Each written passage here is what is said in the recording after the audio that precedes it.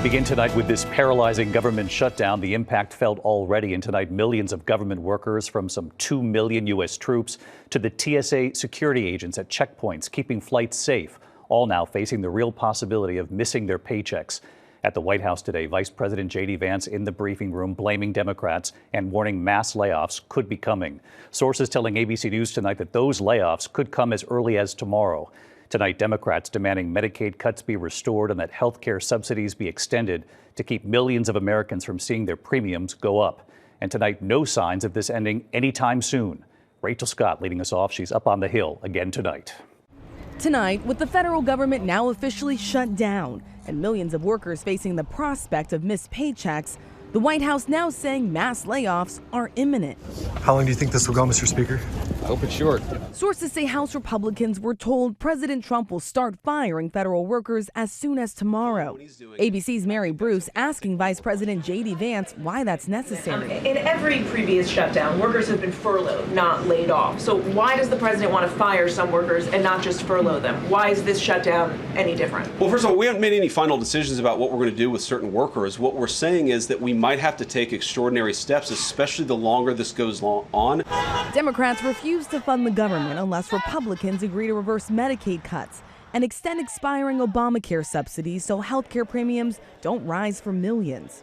It is not radical to say we want to prevent the average American family from getting these huge increases. The White House says Democrats are holding the country hostage. What you don't do is say, unless you do exactly what we want to do as congressional Democrats, we're taking hostage. Tonight, millions of federal employees considered essential forced to work without pay, including TSA agents and some 2 million military troops. 750,000 others are furloughed.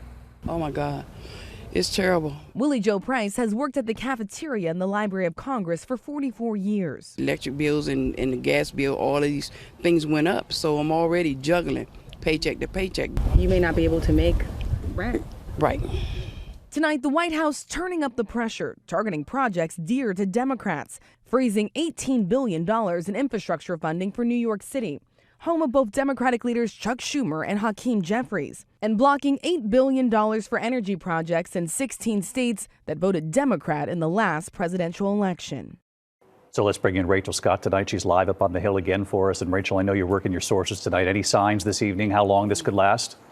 Well, David, the shutdown will last for at least one more day. The Senate will not be back in session until Friday. Meanwhile, Senate Republicans really trying to turn up the heat on Senate Democrats, especially those in tough political races ahead. But tonight, the vast majority of Democrats are holding firm, David. One more day because there's no vote set for tomorrow, but this could go on well beyond that?